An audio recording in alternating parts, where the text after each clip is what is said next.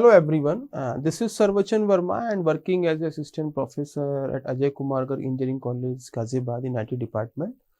And in the Python video lecture series, I have already discussed how to define the functions, what are the different categories of a functions, okay, and how many types of argument we can pass in the functions. Basically, if we recalling these terminology, because these terminology are very useful when I using the recursion concept. Okay, so basically, if we talking about functions, so basically functions is divided into three categories: built-in functions and function defined in modules and user-defined functions. Basically, built-in functions are those functions. Built-in functions are those functions which are defined and independently. They are open to all, like int, like type. These are the categories of n number of categories of built-in functions are available in Python. This is the first category, and second category is function defined in modules. Modules means .py file, okay. And last category is user defined function. User defined functions are those functions which are declared and which are developed as per the user requirement, okay. User defined functions, okay. This is, I have already discussed all such things. Then after I have discussed how to define the user defined functions. So basically user defined functions has two components. First one is function declaration and second one is function call statements, okay. Then after I have already discussed about the category of a function. If we talking about the function has four categories. First one is function with argument with return value, function with argument but no return value. The third category is function with no argument but return value, and last category is function with no argument and no return value. Then after I have discussed how many types of arguments we can pass in the functions. Basically in Python we can pass the arguments by the three way. First is arguments type is positional arguments.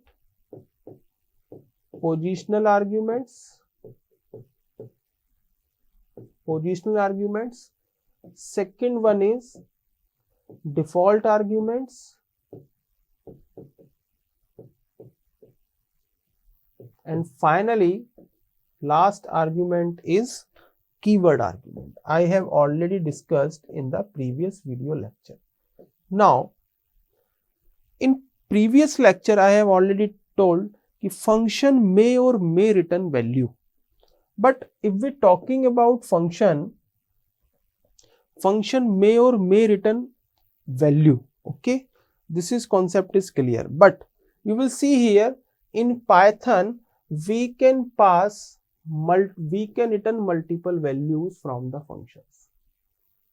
We can return the multiple value from the function. You will see here, this is the return statement. What is the syntax of how to return the multiple value from the function? You will see here, return statement has value, has variable, has expression. Similarly, value 2, variable 3, expression 2. It means क्या है? While returning the value from the function, the return inside the return statement maybe a value will be there. It means constant value will be there, variable will be there, and expression will be there, okay. Inside this code you will see here I have written three values: x into x, comma, y into y, and z into z, okay. When this return statement return the value to the calling statement, I have already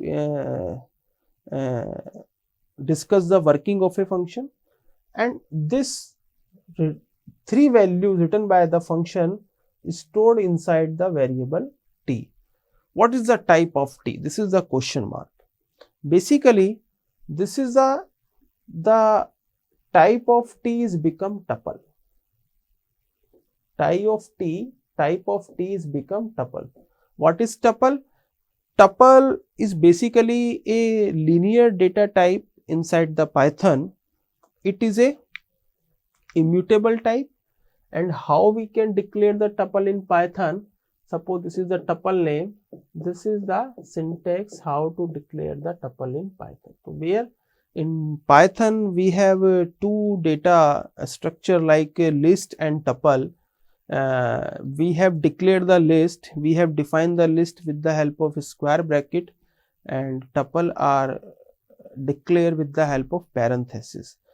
Second thing is more important about tuple and list. List are mutable, but while tuple are immutable. Okay. So the type of T is tuple now. So inside the tuple, when I print this, immediately you will see here I am got the value like 4, 9 and 16. Okay. We can, this is this is called the, now how we can separate this value? We can separate this value by indexing number T0, T1 and T2, because index number start from 0, index number start from 0 and last is size minus 1. Finally, if we are directly unpack the receiving value, we can write three separate variable v1, v2, v3 and we will get the value. Inside the v1 is 4, inside the v2 is 9 and inside v2 is 16. So through this slide, I think you got the clear clarity about the how we can return the multiple values from the function call statement. Second important thing is what is recursion. Basically, recursion is a very important concept in the term of computer science. Basically, a function that call itself is a recursive function. Is a recursive function.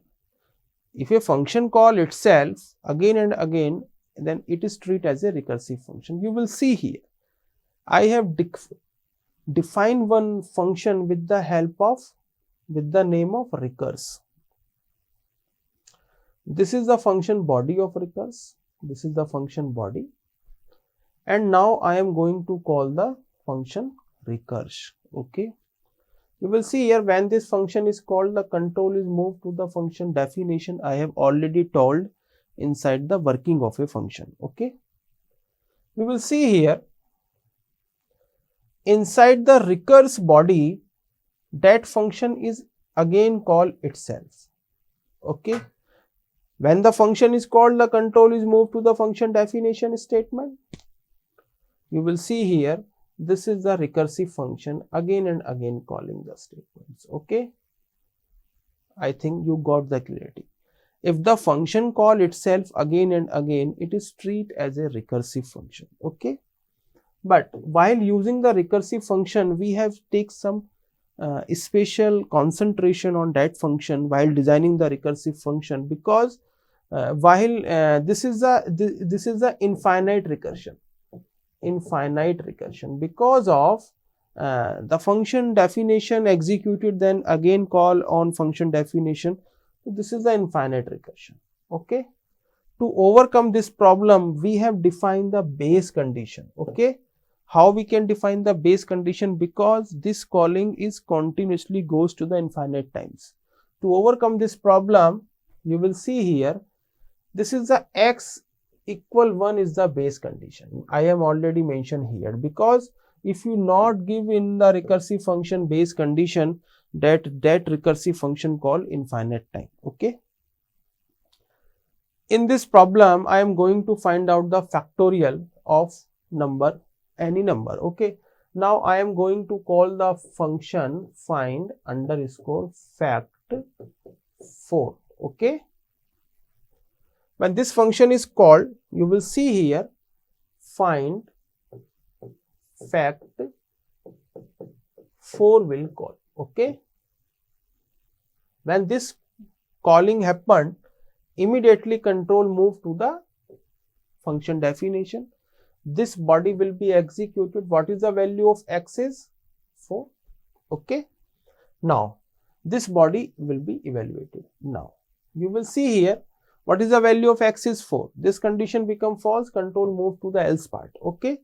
Again we will call the return 4 into fact, sorry,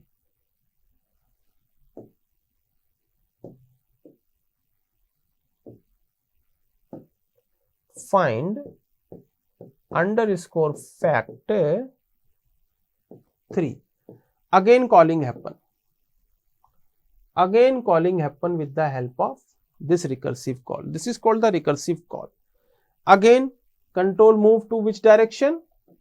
Function definition direction. Okay. Again फिर 3 into find fact 2. Again calling happen. Again calling happen, control move to 2 into find fact 1. Okay. In this situation you will see here, then when the value of x become 1, return 1. What is the value of this calling statement is, I have used a different pen like this. What is the value of this call is 1. This will return to this 2 into 2. What is the return of this? 2 into 6. Return of this is 24. Give to this statement. This is the working of recursive function. Okay, you will see here by this statement. I am calling the find fact. Okay, then it is moved to the recursive call. Then it is returned to the statement. Finally, this is will return the 25. So basically, recursion is a function when the function call itself again and again. Okay.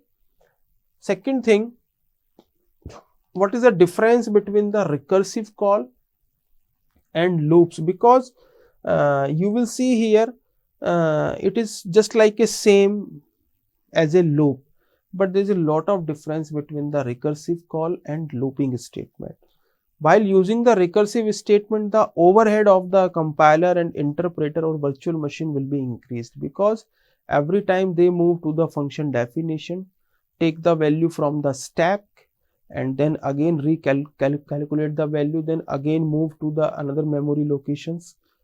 But in the case of looping, the loop variable at the same location, we will execute it same value at the same place. Okay.